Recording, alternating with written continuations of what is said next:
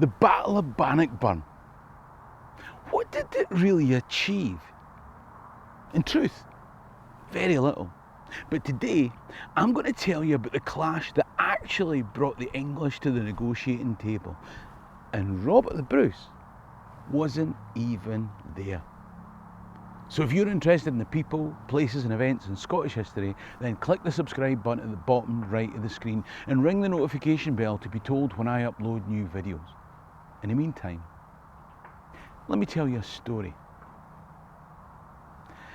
It's 1326, 30 years since Edward I shattered decades of peace by invading Scotland. 30. It's a number that trips off the tongue, but think of it. 30 years of killing, hunger and economic downturn. What's happened in your life in the last 30 years? Imagine every time you built something up, it was destroyed again. If you survived. That's what it was like living in the south of Scotland. Of course, it's also 12 years since Longshank's son had been sent homeward to think again at the Battle of Bannockburn.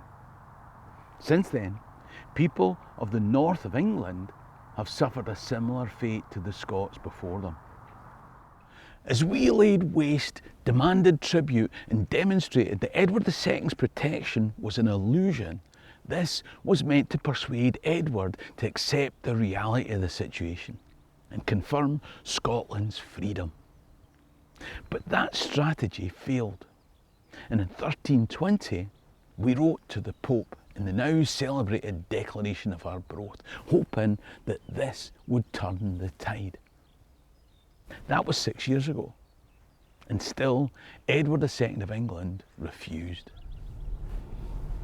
Oh, there had been peace negotiations in the early 1320s, largely because the Scots had almost captured Edward II at the Battle of Byland. That's a story in itself.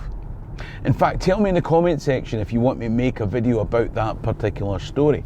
The point is that whilst there was a truce, there was no peace, because Edward II wasn't prepared to accept that Robert the Bruce was the King of Scots, free and without English shackles.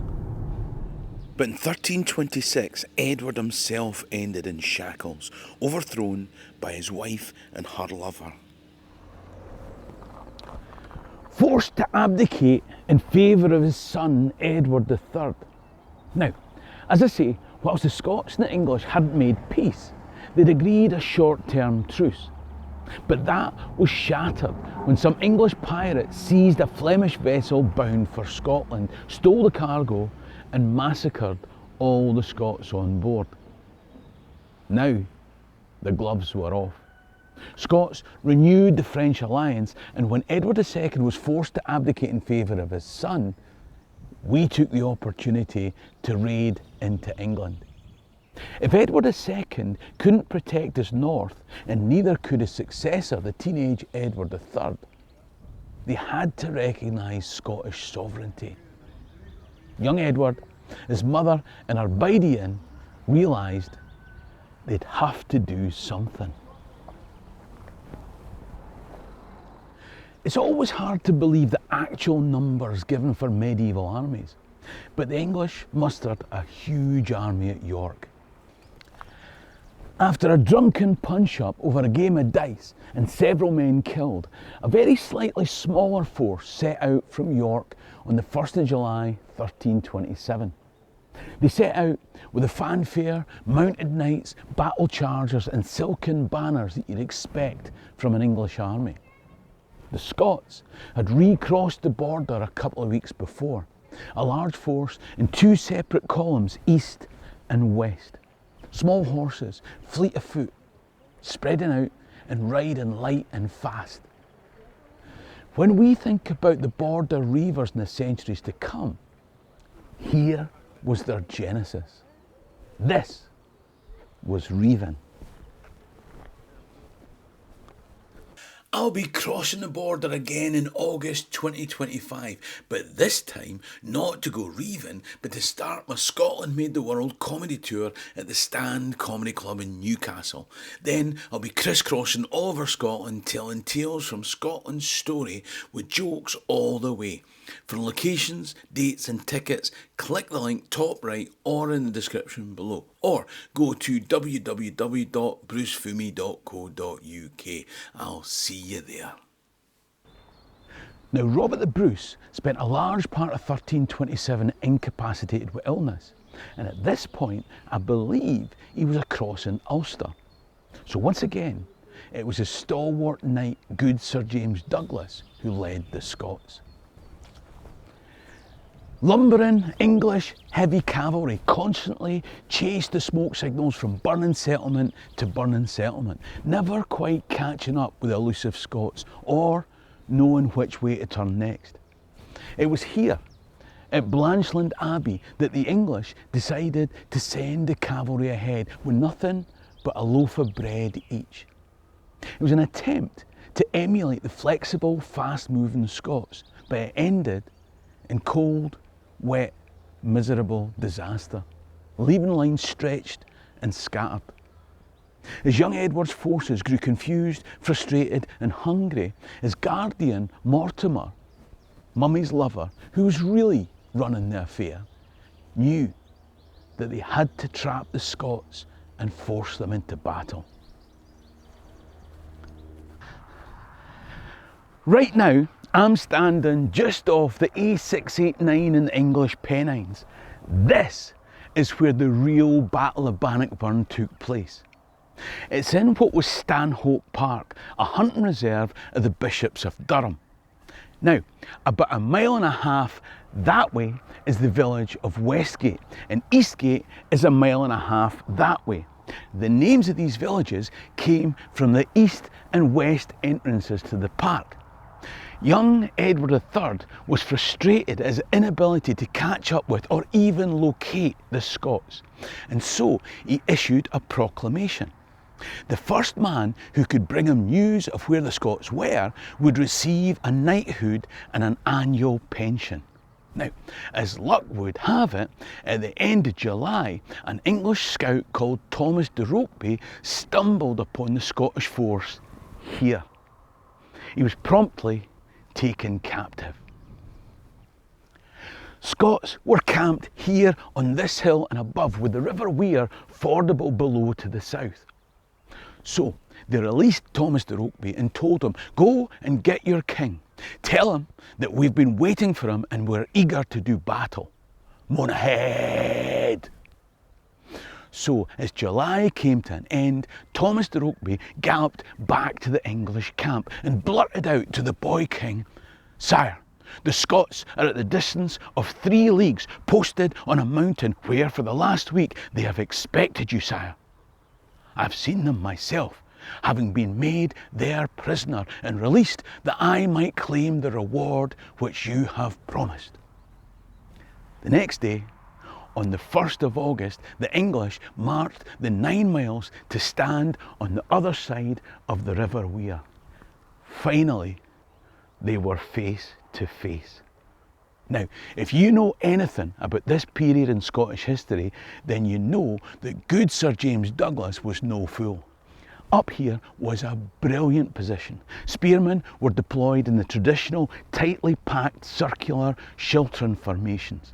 The English were on the other side of the river. Even though it was fordable, it would be madness to attempt a crossing to take on a force waiting at the top of a hill. Both sides would have remembered the victory of William Wallace and Andrew de Murray in just such circumstances at Stirling Bridge. The English did send over a group of longbowmen, but Scots cavalry saw them off. "Come down and fight on the plain," offered the English. "Aye, do you think my head's buttoned up the back?" said good Sir James Douglas. "If you don't like us positioned on this hill, it's down to you to do something about it." The English didn't know what to do about it, so they set up camp on the opposite side of the river. 3 days the standoff continued. Then the English woke to find the Scots had disappeared. Where had they gone? Why would they give up the strong position on the hill? When their scouts went out, they found out exactly why they'd given up their dominant position on that hill. Because they'd found an even more dominant position on the hill here further west. Damn it! But the English saw a chink of light. You see, north, the Scots faced marshland. South of them was the River Wear. Where could they go? All the English had to do was wait. And so they set camp and they waited. They could rest easy in their beds knowing that the Scots had no escape.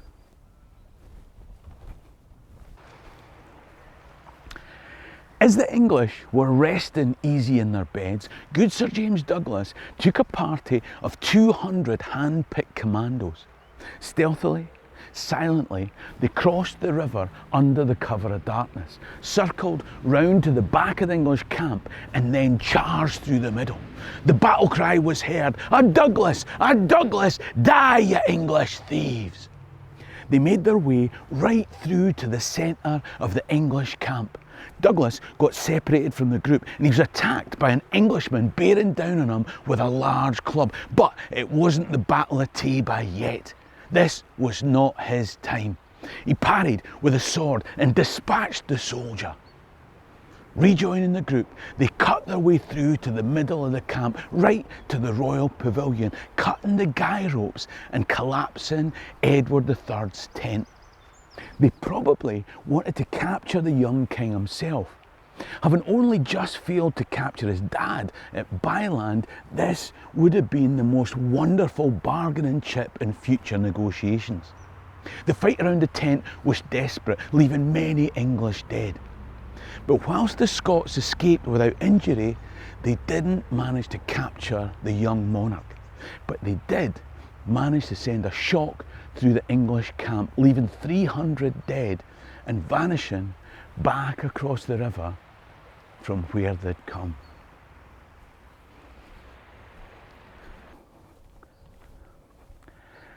It was the 1990 Grand Slam game all over again. This humiliation taught the English that they had more to do than just wait. After a day of watching, the next night, the English stood to arms all night with fires lit so they could see any Scots approaching. But when morning came, again, there was no sign of Scots on top of this impregnable hill. As the English wearied in waiting, the Scots had found a way through the marshes, and by the time morning came and the English crossed, they found an empty camp, but for 500 slaughtered cattle that were too burdensome to take north, and 5 English hostages tied naked to trees, waiting to receive their countrymen.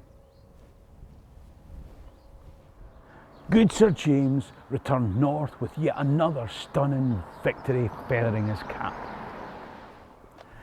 But bizarrely, it's one that doesn't get the attention it deserves. The English had come north to teach the Scots a lesson. They had to, because it was already starting to look as if the Scots controlled the north of England. Edward, his mother and lover, had spent a fortune, and it had ended in humiliation and ignominy. It's said that the young Edward III wept tears of frustration. The English, tired and outwitted, marched slowly back to Durham. The north of England had been so ravaged that landowners had to be granted tax exemptions. The young king was distraught, and his guardian mother and her lover Mortimer knew that if the Scots chose to do it all again, there would be no more money in the pot to mount another campaign. That's what brought the English to the negotiating table. The real Battle of Bannockburn happened not at the foot of the Ochil Hills by Stirling Castle, but in the shadow of the Pennines in northern England. and Robert the Bruce was nowhere to be seen. But good Sir James Douglas and his raid at Stanhope Park meant that pretty much all of Robert the Bruce's demands were met in the Treaty of Edinburgh Northampton the following year. There's no monument to mark the spot. In fact, if you ask folks here in the local pub, they won't even know it happened. But it was the lands around here that were the location of the real Battle of Bannockburn. Now, if you'd like to hear more stories from the Battle of Bannockburn, then I've got a few of them. One is in a video coming up on screen now. Support the channel by clicking top right to become a Patreon member, or buy me a coffee in the description below. In the meantime, I'm your dog is going to be a lamb alive. Cherry and Drastic.